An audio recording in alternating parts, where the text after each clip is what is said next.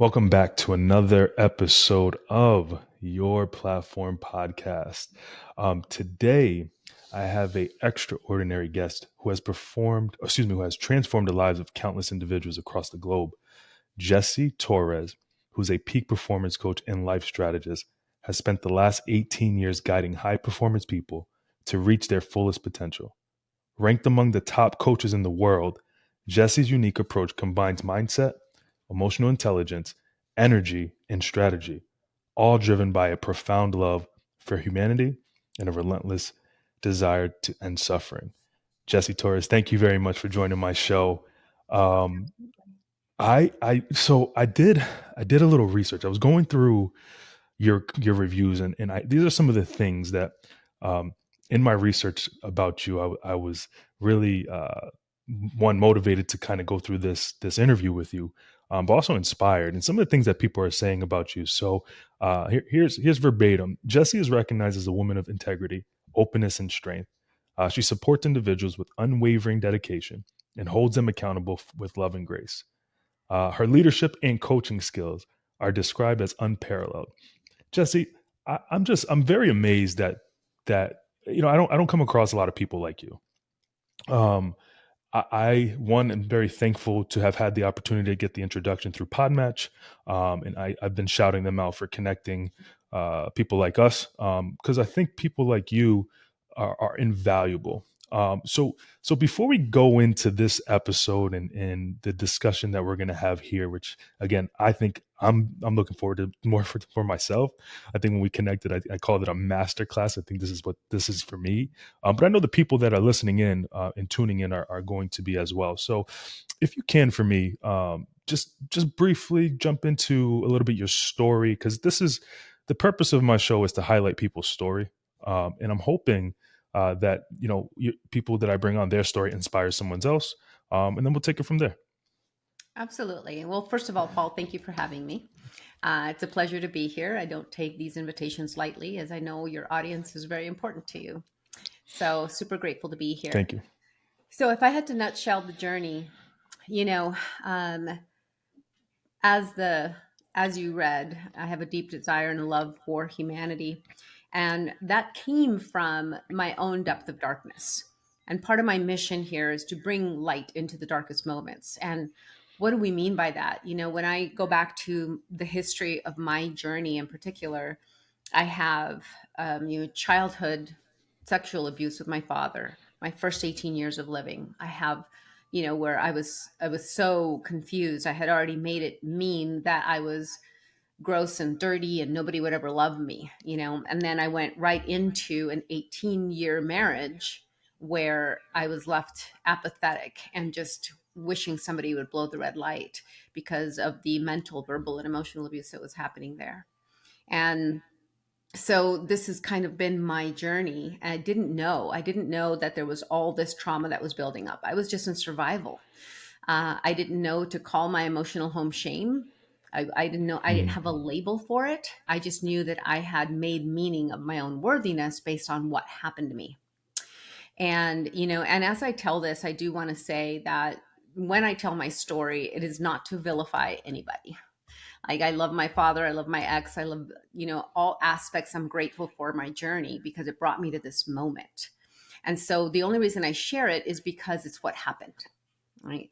But it's not because I have an attachment to it. It's part of my journey. And if I believe that I can come through those depths of darkness, the loss of a brother to murder, and then the loss of another brother to murder 30 years Wow. later, and navigating sexual abuse, navigating domestic violence, navigating all of those things. And that if I can come on the other side to have a love for humanity at the level that I do and am committed to helping serve as many people as possible, then you can too. That there is always light to be found in your darkest moments. It might not seem like it. It might seem like you're in this heaviness and you're just like, well, I can't even see up right now. But there is always a way. We just aren't taught to seek it. And so my outcome is, throughout my journey of having those things happen, it's been a constant. Yes, it was hard. Yes, as I watch myself, Jessie, go through all of that, the difference is that now I see myself through the lenses of love. Mm. where before there was condemnation, before there was judgment, I used to beat myself up for not fighting more or not doing more. And how did I attract the abuse? And, all of these things that you don't know. You don't know to know. And so now I'm committed to helping people understand that trauma is not just a rape or, a murder. Trauma is also what the child made meaning of in the moment of the experience, Wow. and that Th- could be anything, right? And so in my journey, I didn't know to know, but in the depths of my darkness, it got me to a point where I was a physical body walking. I was wishing somebody would just blow the red light so I could be done. The only mm. reason I'm here is because of my children. And from that state, an act of kindness is what short circuited my brain and made me want to live, because I didn't understand what it was. I knew what I was living was an internal hell. And when I felt this act of kindness, I didn't know to call it kindness. All I knew is that I thought, if this feeling is available, then life is worth living. And it gave me the courage to do what I needed to do to get out of that situation. And from that, created an insatiable hunger to understand. I wanted to know why my dad did what he did, why my mom ignored it, why my husband did what he did, and why I allowed it. And I just went on a massive quest to understand human beings, and did workshops, therapy, seminars, books. I mean, I did all of that so that I can get to this point where I want to help others and their own suffering. Thank you very much for sharing that. And I think in 2024, being able to vocalize that, obviously you've gone through it and you lived it, and there was a turning point in your life to realize that this is something that I need to get out to people. I'm curious, Jesse, when was that turning point? When was it that you decided I want to give back? I need to make changes for myself, and then also provide value to people, that they have the resources to live through what I live through, or at least not go through some of the things that I've gone through. I'm just curious what that when that turning point was. Well, it's interesting because the tipping point is in a moment of survival, right? So when I got out of my marriage, I was turned upside down in every way a person could be. The house was foreclosed on, cars were repoed. I mean, I was now coming from a 3,000 square foot home that was custom built to an apartment for me and my kids to live. And in that, I didn't even know how to drive out of my own city at the time. I Mm. was like, I had to buy a Thomas guide back then. I think MapQuest was just coming out. And from that, like, having to realize that I had to face my fears. Mm. I had to face all the things that I didn't know I needed to know. I just lived in a conditioned world where I became the chameleon. Became what I needed to be in order to stop the explosive anger that was going on in my house. So from that, I started to build grit. I didn't know it. I wouldn't have said I consciously did it. It was just in a moment of survival where I'm just like, I have to make this work because I got 3 kids depending on me. Right. And I started to create challenges, make challenges that were in my way, that if it scared me, then I was a yes to it, because I knew I had to build a courage muscle. I love and that. and from that, I wanted to understand. So I think the tipping point of seeking and searching was on the heels of my very, very painful divorce. And I would say that, other than my brother's death, my older brother's death, that was one of the most painful times of my life, because he was so angry and vindictive, and he was making death threats, and I had to sneak around to talk to police officers. It Mm. was just such a nightmare that from that depth, I knew I had to do something different. And if I was going to do something different, I needed to understand how I got to where I got. I had a gentleman on my show, a local guy here, and not to go too much into it because I did share this a couple times on the show, but I feel like you know people, I'm a man of faith. I believe in God, and I think that there's certain things that God has put me through that at the time I didn't understand why it was happening, but it then shaped who I am today. And I think that I was going to ask a question here, like what are the most impactful things that happened in your childhood that led you to who you are today. But I think you just summed it up just perfectly here. Um, Well, when you mention that, what comes to mind, and part of what I help people with is I say I help them see the unseen so that they never ever unsee it. mm, And what I mean by that is that when I think of my own childhood, when I think of Jessie as a little girl, I used to build traps to warn me when my dad was coming into my room. wow. Which, it never really worked, but it helped me somehow feel better. And Hmm. I can see that as a tragedy, right? Like how awful that a little girl had to build traps because her father was sneaking into her room, which is true. But what I see is a very resourceful, very creative, very courageous little girl. Mm, And that is also true. One makes me feel bad and makes me sad about what she went through and angry for what happened. And the other allows me to fall in love with her. right. And now I get to own the product of her being in that pit for me to be who I am today. And to your point, like what I always say is like, what I didn't know is that in the moment that I was being resourceful, creative, and courageous, I didn't know that I was going to need that when I went through my divorce. Right. But God did. Hmm. Right. And I always say, if God could whisper in those moments of darkness, Jesse, I know this really sucks right now, but if you knew why I need you to build this muscle, you would understand. And so we don't get to know, we just get to trust, and we get to show up in the strongest versions of ourselves and know that we can get through it. And that somewhere along the journey, we may be called to use that muscle we built in our moments of darkness. I love that. When Jesse was it? So I did a little further research. I've been calling myself a professional stalker since jumping into podcasting.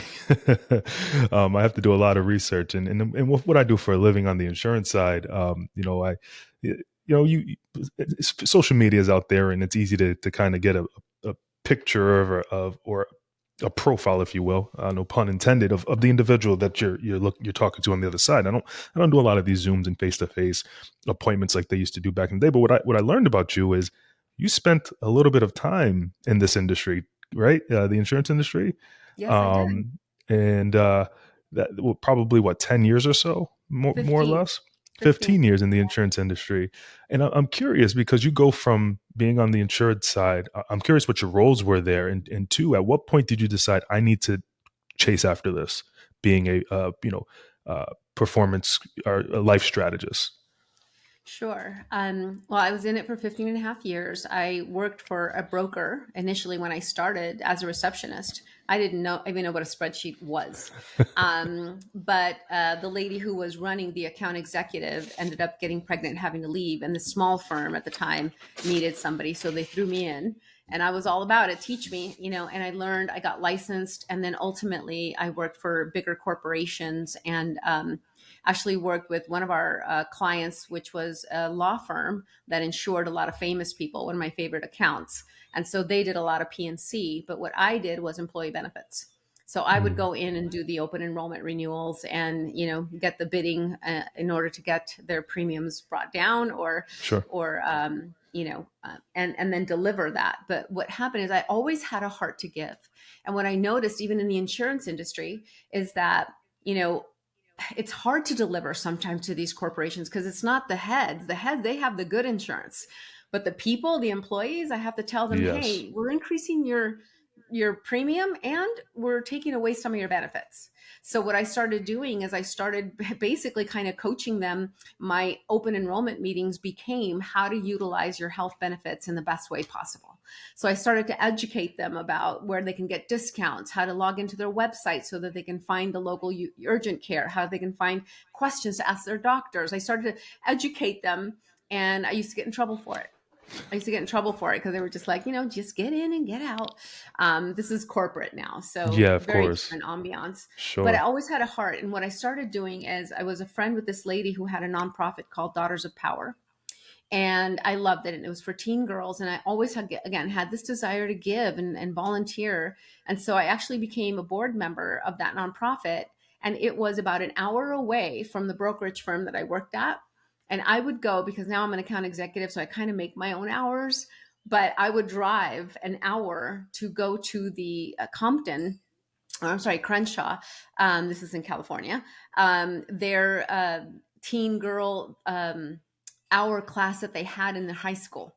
And I would drive down there to do the 1 hour coaching session with these young kids, and then drive all the way back. And so there was always a heart to give. But what got me into coaching was my own therapist. At one of my therapy sessions, I looked at her and I said, I want to do what you do, but that's a lot of school and that's a lot of time. And she said, you should, look at coaching. And at the time, this is back in like 2005, Hmm.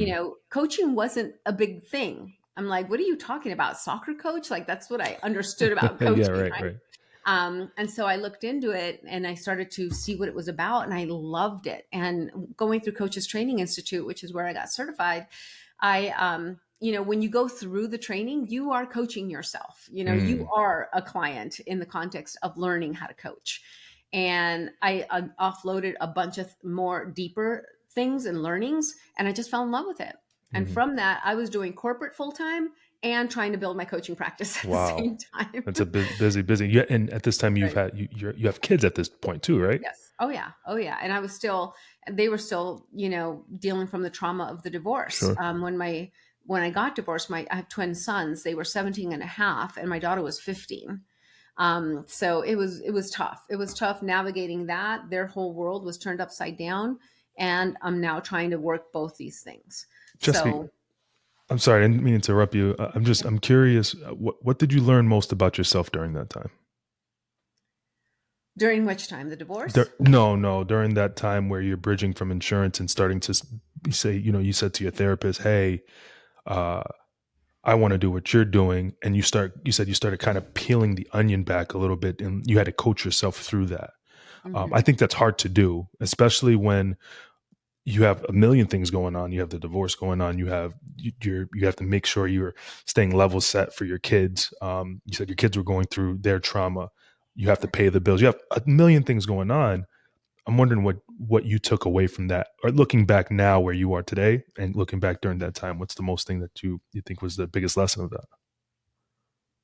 I mean, the first thing that popped into my mind was burn your boats. Mm, Like, even though it like feels completely stressful and there's so much in there, what I realized was if I wanted to do what I loved, I had to be all in. Diversifying my attention and being all over the place like that. I'm like, I mean, one thing I learned is that it's pretty amazing how much you can juggle, right? yeah, yeah. But the other part, and what had me finally leave corporate as well, is that I was, it was never enough. I was working till 8 o'clock at night. I was working till 2 o'clock on Saturdays, trying to go home, feed the kids, go back to work. And it was just too much. My hair was falling out in clumps. I had heart Wow. palpitations. Doctor said that, looks like based on what you said, it is stress induced, and we can give you a beta blocker to help control the heart, and I'm like, okay, wait, so the stress is causing my heart to do this. You're going to give me a pill so I can stop the heart thing forever. I have to take this pill, or I can get rid of my stress. So I quit 2 weeks later, and I went all in on coaching, and I've been there ever since. And I just knew that if I wanted to succeed in something that I loved, I needed to be all in. And it was scary, but because I let go of everything. I let go of the 401k, I let go of the insurance, I let go of the certain paycheck, all to dive in. But at that point, I had also already gone to a Tony Robbins seminar, Hmm. and I was like, okay, this is where I want to be. Yeah, And I went after that dream and became a Tony Robbins coach for 7 years, which that's was, awesome. you know, that was very empowering. And it gave me the ability to coach people from all over the world, which Hmm. was just amazing. You start to learn human patterns and behavior. It doesn't matter where Hmm. you come from. So it gives you a skill set that is just unmatched. I have a buddy who just actually his episode released today, Jared Horsley, and I saw him the other day. I said, "Hey, your episode's coming out. Are you excited?" Blah, blah, blah. I said, "I have a guy, and I don't know if you know this gentleman. His name is David Albin.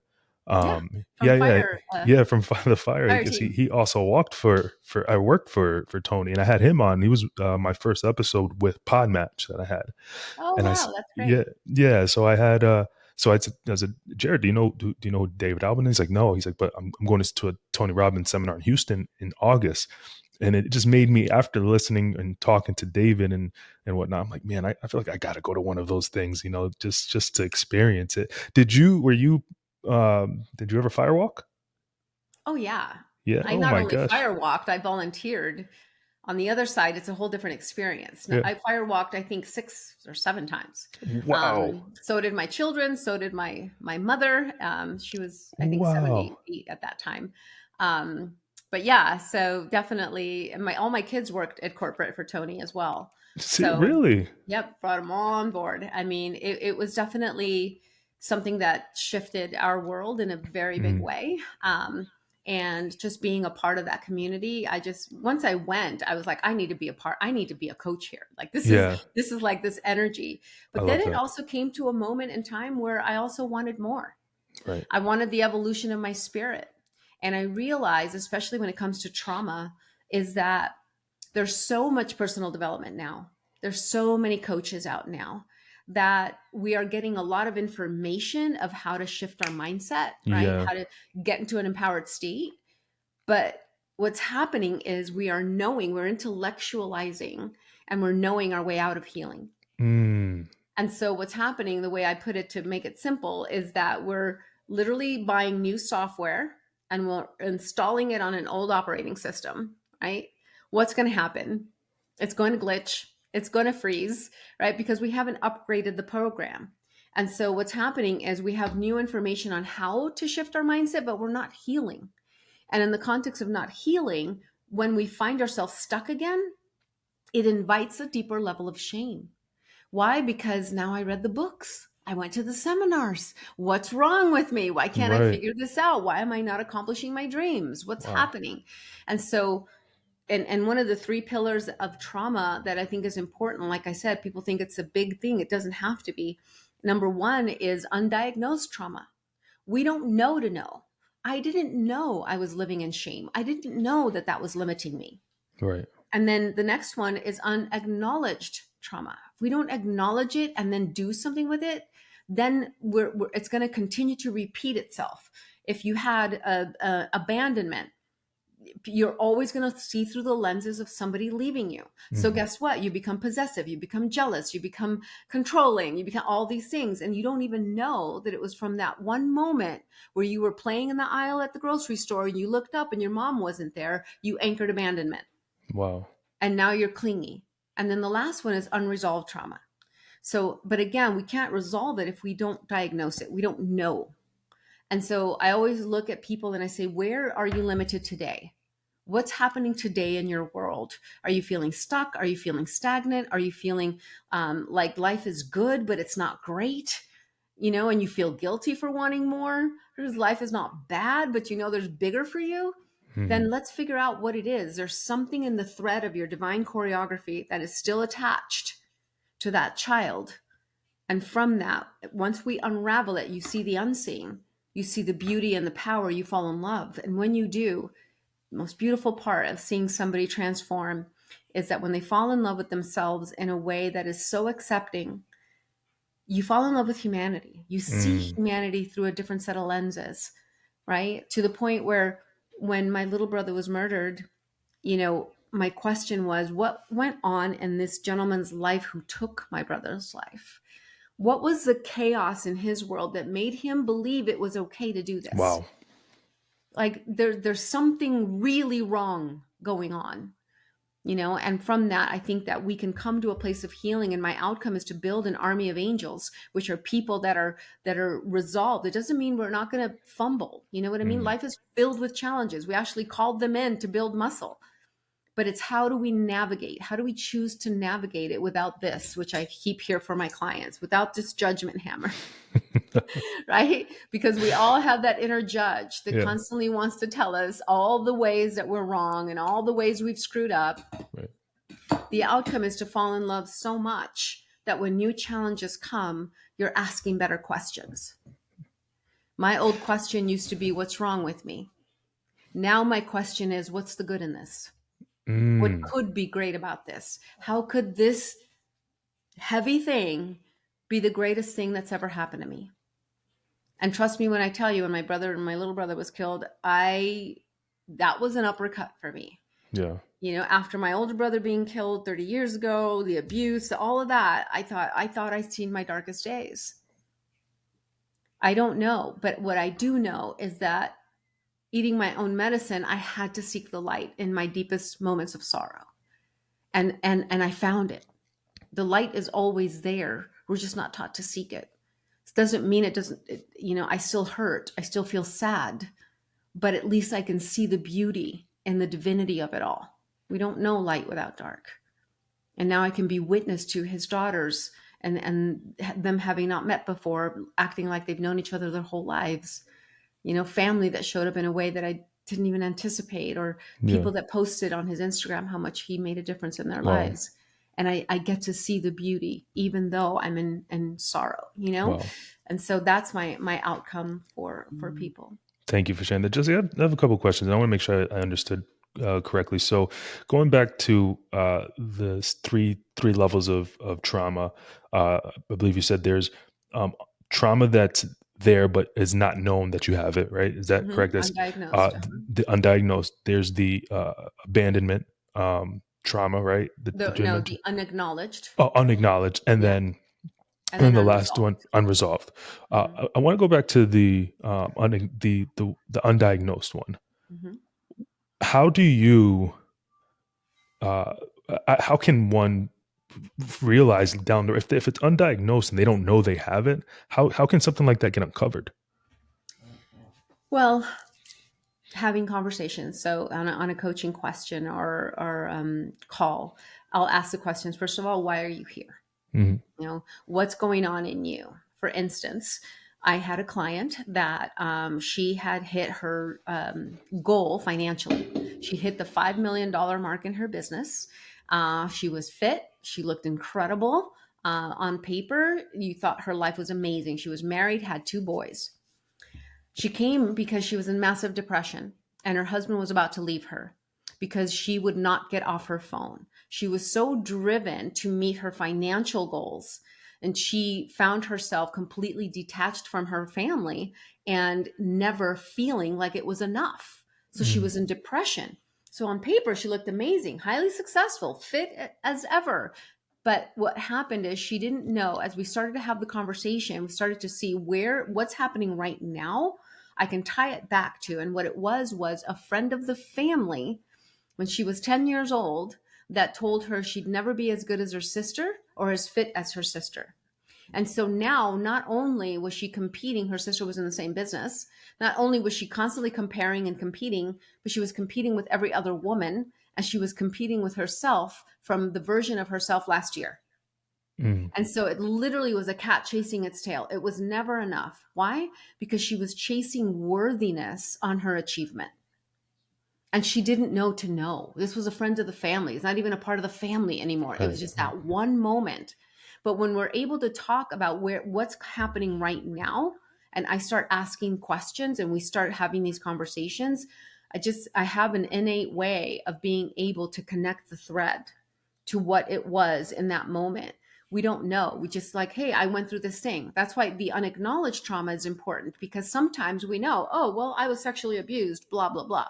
Okay, but you're not acknowledging, right? You're not acknowledging the trauma that caused, right? Like even when I married my husband, I came out of my dad's clutches, and my ex-husband, he was, came from a very abusive family. His mother was an alcoholic. He was the youngest of four, and she was a raging alcoholic. He would come home to his sisters unconscious on the ground. Like, it was bad.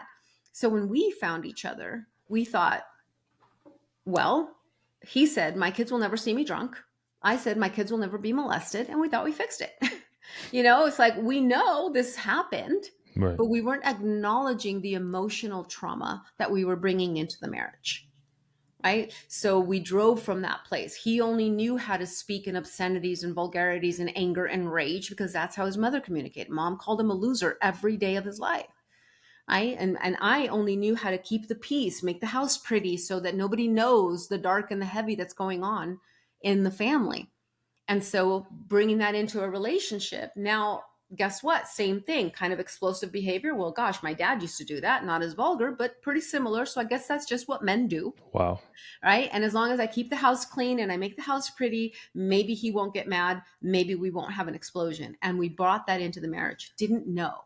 I knew my abuse. He knew his abuse, but we didn't acknowledge. We didn't acknowledge the trauma that was built inside of us in our emotional home and in our unconscious conditioning. Wow.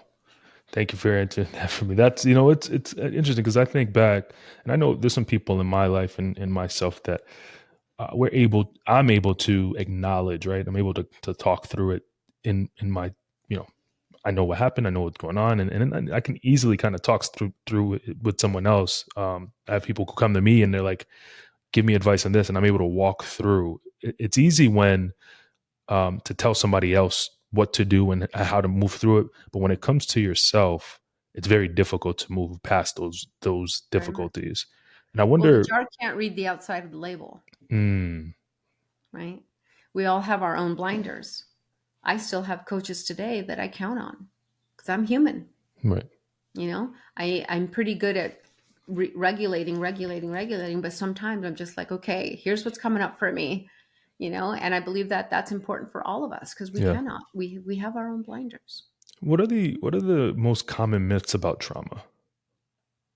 That it has to be a rape or a murder or, Mm, a big, huge thing, which again, it is. But it's not just that. Like I said, it's the meaning the child made at the moment of an experience, right? Like even with my father, he behaved, but I wrote the story of my divinity. I now owned the belief that I was dirty, damaged goods, and no one would ever love me. It doesn't condone his behavior. It doesn't make it right. It just is, it's what I had to come to my own sovereignty around. I had to understand, wait, I made that up. I made that meaning about myself. It wasn't true, but that's what you think based on society, based on religion, based on, so many things. And so again, we don't know to know. So the myth is that we all have our traumas. We all have our moments, right? And like I speak to it because I know it because we're humans. We all mhm. had a moment where somebody hurt our feelings or somebody just said one little thing, the tiniest little thing can stick in there like a microchip that now you don't even realize it is unconscious conditioning that you live your life by. Wow. That is, it really is. It's amazing how much things stick with little children. Mm-hmm. Um, and as an adult, it's hard, right? Because I'm 34. I have a very my memory as an adolescent, as a child. It's kind of as I get older, it gets less and less. I can remember some key moments and stuff like that, but the traumatic, if you will, moments, those kind of disappear. But they don't, is what you're saying. They're Yeah. still there in your brain. Yeah. Wow. And it's not the moment, it's what you're in. Everybody's unique, everybody's different, everybody has their own processing of different situations. So it's about what is in your essence. For instance, I'm coaching this gentleman and he didn't realize that because his father, and we've worked a lot on this, but just it came up in a different way, right? His father never believed that he would be successful. And so he's been living his life having to prove, right? I'm going to prove that I can, right? So what's cool is it's gotten him success. He's done well. However, it's this constant cat chasing its tail because it's never enough, right? So we Right. work on that and he's gotten to his own sovereignty around it. And now he doesn't feel he has to prove anything. But when it came to, because I asked him, what's next steps for you? And he said he wants to mentor. But what he didn't realize he was doing is that he was mentoring. He still didn't believe in himself and his abilities. And he was mentoring people that were already his employees because they had to listen to him. Mm, But to think about mentoring outside of people that weren't wow. his employees, made him totally contract and go, oh, wait, Right. I don't trust myself. And so that unworthiness thread still popped in there. It's just like, oh, who am I beyond what I now have built? Right. And how do I now go out there and trust myself? So there it is again. So it's a constant and never ending evolution. But what's beautiful about it is that once you become aware, it's all about that conscious awareness, right? Like Eckhart Tolle teaches, and, where we bring to consciousness awareness around our behavior. And Mm, even in Michael Singer in The Untethered Soul, which is a fabulous book, he says to step outside, watch the thinker, right? Oh, Jessie got triggered. Why is Jessie feeling triggered right now? What did that person say? And be the observer of the human being. And when you're in the driver's seat, you're in the operating system of the mind, because now you get to make a conscious decision. Will I let the trigger the trigger is coming from a shame old home, but it's not my home anymore. Now I get to make a conscious decision. Oh, that's what that is. I'm not going to let that take me. I'm going to go ahead and handle the situation. So the outcome is to become so aware of our emotional state and what causes our triggers. I always say triggers are like magic. They're like the beauty that allows us to expand our spirit. Because now, ooh, I'm triggered. I'm going to either respond from an emotional state that's a wound, or I'm going to say, be the observer, get curious, say, why did that trigger me? Oh, because my unconscious mind is making that thread be this thread, and that's not true. Got it. Now I get to behave differently from an mm, emotionally regulated place. And that's the outcome of navigating the rest of this journey. Challenges are not going to stop, but at yep. least I get to be in control of how I handle them. What do you think? And I'm curious because it's a kind of a two-part question. Because going back to the thought of trauma, or the myths of trauma, people aren't talking about it in general. People don't want to talk about them. So, one, are these traumas kind of in our head? Like we have the shame, right? That's the shame, not the trauma, the myths. Are we afraid that people are going to judge us? One, and two, what are some things to dispel these myths that could probably be really beneficial to society? Yeah, absolutely. Well, one of the things I always say is shame, especially because it's one of the lower vibrational frequencies on the omega levels of consciousness. It's the one that will lead you to either catatonic or apathetic. Um, but is to shine a light on it. And you're right. It is because we're afraid of judgment. It's the whole life is like, what will they say? Don't Right. out this, right? And the more we don't out it, the more it festers like a deep wound. I think if we shine light on this and we become vulnerable, like even me and sharing my story, like again, I share it because, like, gosh, if I could go into detail, it would be like, oh, why would you out all your dirty laundry? It isn't. To me, it's the Right. divine choreography of my journey. It's what happened. It's where I was in life, and here's where I am now. And my outcome is to inspire that you can come out of the depths of your own darkness. And here's the thing: I always use this kind of silly metaphor, but the movie 8 Mile Yep. with Eminem. Yep. Have you seen it? I think I know word by word. Do you? Okay, great. So you'll, if and for your listeners, if you haven't seen it, watch it. At the end, the last duel, Against Papa right? Doc. Yep.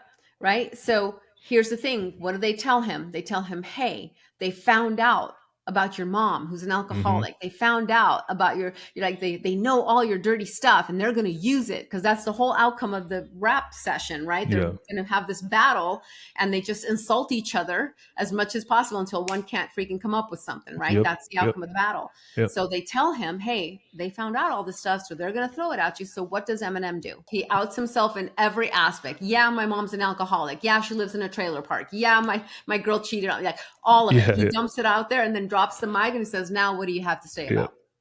Right? Yep. It's like when you lay it all out on the line, you know, people are going to talk. People are going to judge. We're in a world of almost 8 billion. Hmm. Is it true that people will judge? Yes. So let's get on with our bad selves Yeah. Yeah. and Right. know that the people who are going to judge aren't for you, That's right. right? Because there's other people that are going to judge you for your bravery, for the Right. courage it took to speak out about something that was devastating to you. And when you do, you allow the healing to happen. When you keep it in secret, when you keep it in hiding because you're afraid of what people will say, if they truly love you, they will honor you. If Mm. they don't, they will talk about you and spread rumors or whatever the frick. But that's going to happen anyway. Yeah. How can people be more aware of the signs of trauma? You know, someone in my life that I might not know, or maybe I suspect. Is there anything that people can really look to when it comes to someone silently speaking, reaching out for help?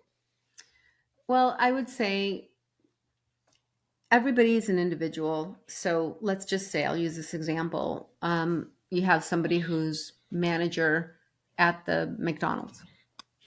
I would say the burger flippers, right? So he might be like, other people might look at him and go, "Hey, don't you have more ambition? Don't you want to move beyond freaking manager at McDonald's? Don't you want more for your life? Blah, blah, blah." But to him, he might have immigrated here from another country. Being manager at McDonald's was the greatest thing he could give Yeah. his family because he puts food on the table, right? So everybody has their own journey. So where I see someone that you might be able to help, or you might be able to see needs help, is when they are in limitation, when they're unhappy, when they are wanting something and they're not going after it, when they're constantly complaining, when they're, just feeling like they're in a rut, when whatever their life is today. One of the questions I ask people, and it's funny, the responses I get is just like, "Are you happy?" And oftentimes the response is, "Am I happy?" Well, I'm not unhappy. And it's just like, they don't like, "Am I happy?" Happy. Yeah. Like, yeah, when's the last time you laughed so hard, milk shot out of your nose? You know what I mean? Right. Like, when do you have that on a day-to-day basis? And you'll find that a lot of people are just getting by. Hmm. They're just surviving. They're just kind of doing the status quo, the thing they think that's expected of them. And they're not reaching for joy, for bliss, for moments of awe. And so wherever there is limitation in the human being, if you're seeing somebody complain all the time, if they're, to say, "Hey, like, are you happy? Right. Like, are, Right. are you good with this?" Like, and you can watch the news and go down a very dark highway, Yeah. you know? I mean, my mom does that. She watches the news and she calls me. She's like, "Jesse, the world is Oh so my terrible." gosh. I know. And I'm like, "Mom, it isn't. Right. There are terrible things happening, yes, but there's so much good happening as well. You know, You I, have I was, to find I'm it." sorry, just to the news point. I was listening to Jay Shetty the other day.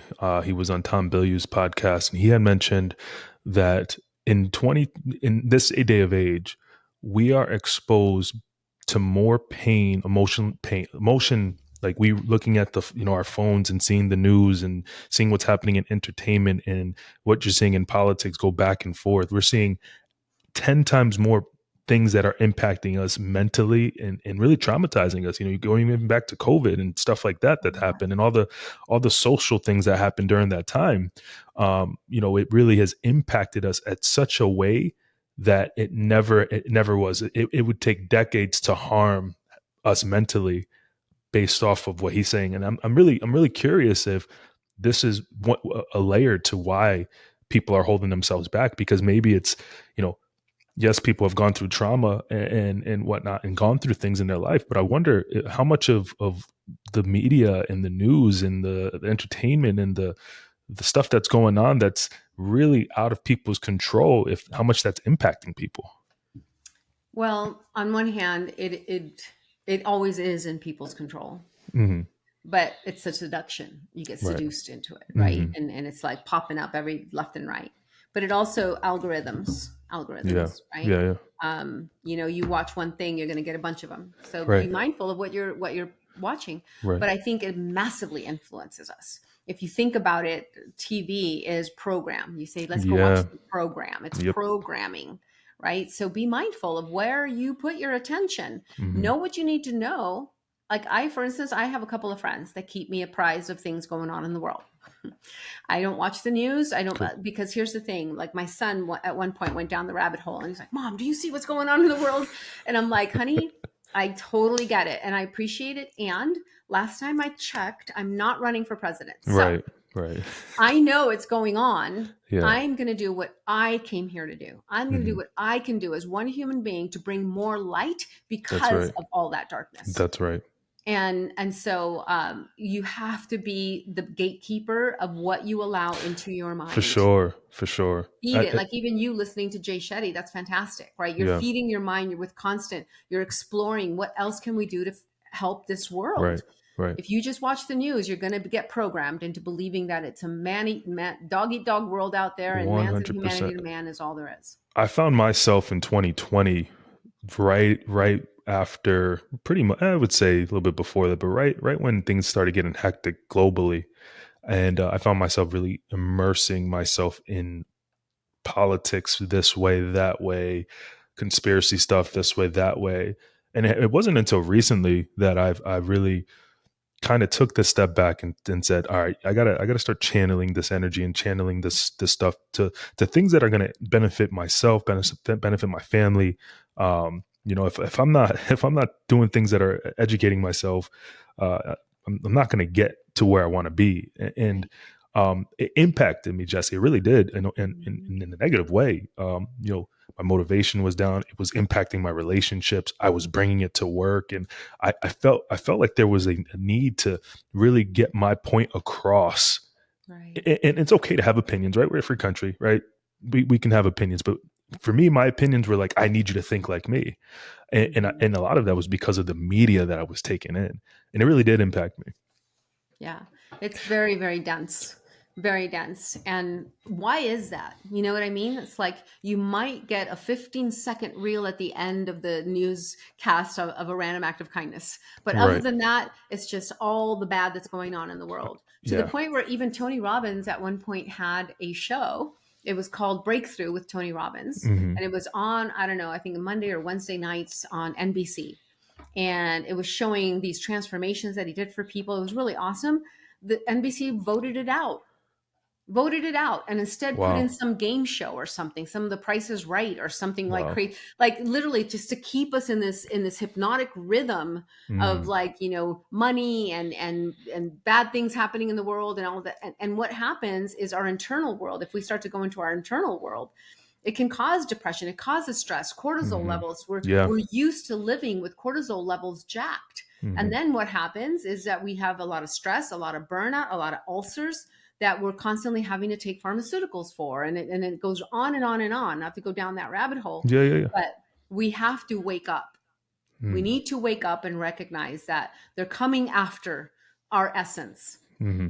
And even AI, my kids we were having a conversation around it, and they were just like, yeah, I don't know how I feel about it. It's taken away the human connection. My sons are both musicians, they do sound healing, and so they're like, now it's like everything, you just tell AI to do it. And Right. so I said, I get it, I understand, I don't want to take away the human element, but AI is not going away. Yeah. So if AI is here, how can we use it for You're good? right. For good. Correct. How can we use it? How can we flip it on its head, take away all the conspiracy theories of why Yeah. it's here, and start to utilize it for good? Right. Because it's not going away. So we have to start thinking that way, right? If everybody's going this way and they're sheeple, I am gonna go. Let's see what's over here. Let's That's see right. why is everybody going this way? I don't know. That's I'm right. gonna go check out this road, Yeah. right? And we have to start thinking for ourselves. There's an amazing book by Napoleon Hill. Now, most people, entrepreneurs, they've read Think and Grow Rich, right? That's Hmm. one of the most commonly books read for business owners, entrepreneurs. But he wrote another one that a lot of people don't know about, and it's called Outwitting the Devil. And it's a phenomenal book, still pertinent today. He wrote it back in the 1930s, but his wife would not let him publish it because she was afraid of public ridicule because of the controversy in the book. Mm. Right? It wasn't until 2011 that Sharon Lecter, who was on the Napoleon Hill Foundation, was able to publish it. And it is still true today. And what he says in there, he gives the devil a voice. It's kind of a conversation with the devil. And the devil says, I laugh because you all think I come with a spiked tail and a forked tongue. He says, I come in the shape of greed, jealousy, envy. And it was Mm. kind of creepy, gave you chills, but it makes you Yeah. think, right? And he's like, I love religion because religion infiltrates fear of me. And that's how I get in, the fear. Wow. Right. And one thing that he said that I love, my favorite quote, which with every bit of adversity, there is a seed planted of unborn opportunity or its exact advantage. If we start to see through the lenses of every bit of adversity is here with an opportunity on the other side, and we seek it, we will find it. And we will be able to navigate our adversity, and will we use it as a tool to build muscle for the next thing coming down the road. Or maybe it'll be the thing that you teach your child, and your child is the next Martin Luther King, right? We don't know, but we get to behave and we get to make a conscious decision of what we do. I love that. Let's go through, because we got a few minutes here. So I really wanted to talk about the fear, grace, and coaching approach that you have. Mhm. Can you just walk me through what fear, grace means, and how you use it in your work? Absolutely. Fierce grace is the element of masculine and feminine. It's the energies, because we all are energies. And so masculine and feminine is utilized as the polarity, the two ends. And so in our essence, we have a core, right? So I have a core feminine essence. I have masculine within me because we all have both. But what's happening is we're causing an imbalance in our world because we're driven from our wound, and so we behave. We have women that have worked so hard to prove that we could do it all, that we are literally in our masculine. Wearing a masculine mask, and we're showing up and we're kicking butt, which is awesome.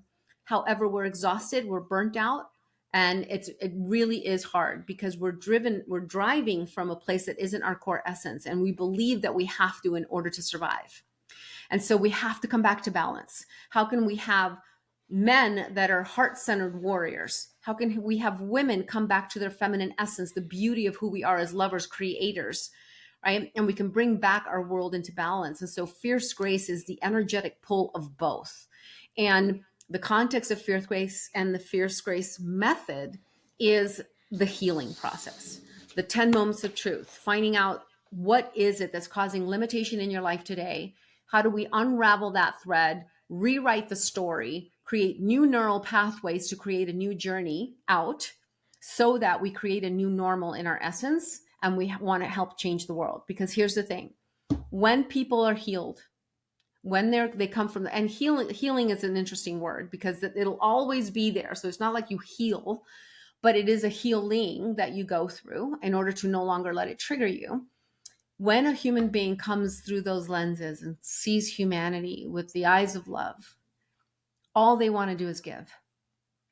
And when you get to that place, because as humanity, we need each other, right? When you do something that you thought you couldn't do and you succeed, you want to go tell somebody, you want to go tell your wife, or you want to go tell your parents or whatever. Like, we need each other. So when your soul expands and all the heart armor drops, you just want to give back to people. And I believe that when we do that, we can start creating businesses. We can start creating, just people, boots on ground, helping each other. And Yeah, we can literally turn our world around. I love that. What's the biggest problem people come to you with? Disempowerment, burnout, stress, fatigue, um, lack of self love. What advice would you have for people who are looking to reignite their passion, reignite that fire in them? I'm one who, and I'll say this: what would you have for me as someone who has fire? I've had a passion for everything that I jump into, but then sometimes when I get into certain things, it kind of fizzles out. And when I jump into things, I can see where it can go, but I don't quite elevate to where I need to be to get to that place that I see I can go. What advice would you have for me? Because I'm sure there's other people that are out there listening that are similar. I would say purpose. Reconnect to your why. Why did you even begin doing it? Oftentimes, we do more for others than we will ourselves. Did you do it because you want better for your family? Did you do it because you want to help serve humanity? Did you do it because you knew that people needed help? What is it? And oftentimes we can set a goal, we can be passionate about it, but when it doesn't get there in the time that we wanted, or it doesn't look the way we thought it would, we lose, we fizzle out. And we start getting caught up in the doing of it versus the being in gratitude over the thing that you started to do it to begin with. Right? So constantly reconnecting to purpose. What is your mission? I, Paul Martinez, am here to what? What is that higher calling? And reconnect to that every single day, because the rest is the doingness of the 3D humanity. But the spirit, when it's unleashed and it's connected to that bigger goal, it's unstoppable. And it constantly re-engages. We're all human. We all get to that point where I'm tired. I don't even know if I want to do this anymore. There was a moment in my career when I had to call my mentor because I had 3 back-to-back calls that had massive trauma, very, very painful. And they were all in tears and I was in tears. It was just like, I hung up the phone going, I don't know if I could do this because I'm hearing so much pain. Right. And I called my mentor at the time and he's just like, you absolutely can. And here's the thing, we got to raise our frequency. We got to raise our vibration in order to be able to sustain, the heaviness of humanity and what's happening out there. And so it's not that darkness wins, it's that when it comes, we dim, right? Mm, We dim because we're like, ooh, that's scary. Ooh, that's hard. Ooh, and now we're in depletion. And so in those moments where it feels the heaviest is when you're supposed to turn up the light. And you turn up the light by reconnecting to purpose, your why. Why are you doing this? Why are you so passionate? Why are you committed? And you'll find that spark again and you'll get going. And what's beautiful about that, and I can go down a whole rabbit hole, but I won't, is your heart, the rhythm of your heart. Being a heart math trainer for me has taught me the science behind what happens with our spiritual connection to our truth. mm, Now, when you are excited, when you're filled with passion, when you come back to joy and purpose, you are now in coherence, the communication between the heart and the mind.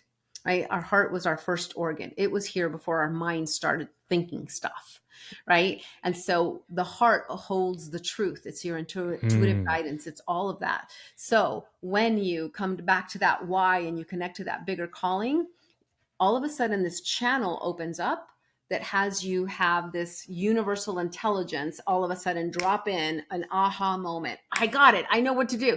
Things you didn't even know you had. All of a sudden you open. But when you're in depletion, sadness, worry, disappoint, shame, all of that, you close that door. And all you can see through, it's kind of like if I tell you, don't think of the color green, don't think of the color green. Paul, don't think of the color green, right? You're thinking Green. of the color green Right. right now, right? And it's just the way it works. So when Yeah. you're in that depleting emotion, it'll start to call in all the things and reasons why you can't. Wow. So we have to have a gatekeeper. It's so good. So Jesse, we talked about your personal journey. You touched on the different levels of trauma, the fierce grace coaching approach in your business and in your work, and then you just wrapped up here a little bit with some of your personal insights. Before we let you go, two things here. Looking back at your younger self, what advice would you give yourself? I've been asked this question before, and every time it's something different. It's so interesting. I love that though. Yeah, I would tell her that she's doing a great job. She was so hard on herself, so hard on herself, couldn't see her own value and her own worth, or even her own striving, or how hard she worked. I would say, you're doing a great job. Keep going. It gets better. It gets Mm, great. And I would definitely want to honor her because she didn't honor herself throughout the process. She was just in survival. It's just like, I just got to, I have to, I have to, I have to, I have to. Just like, can you stop? First time somebody called me strong, I bawled my eyes out. I'm strong. I thought I was so weak because yeah. of what I had gone through. I only saw myself through those lenses. So super, super important. Great I, question. I love that, Jesse. Where can people find you? Unshakablelife.com. That is my website where you can find me. Also, ourarmyofangels.com, which is more of the mastermind to help serve humanity. And I also have a free gift for your listeners. It's called the 10 Steps to Freedom, and it'll be, I think, in your show notes, right? Yep.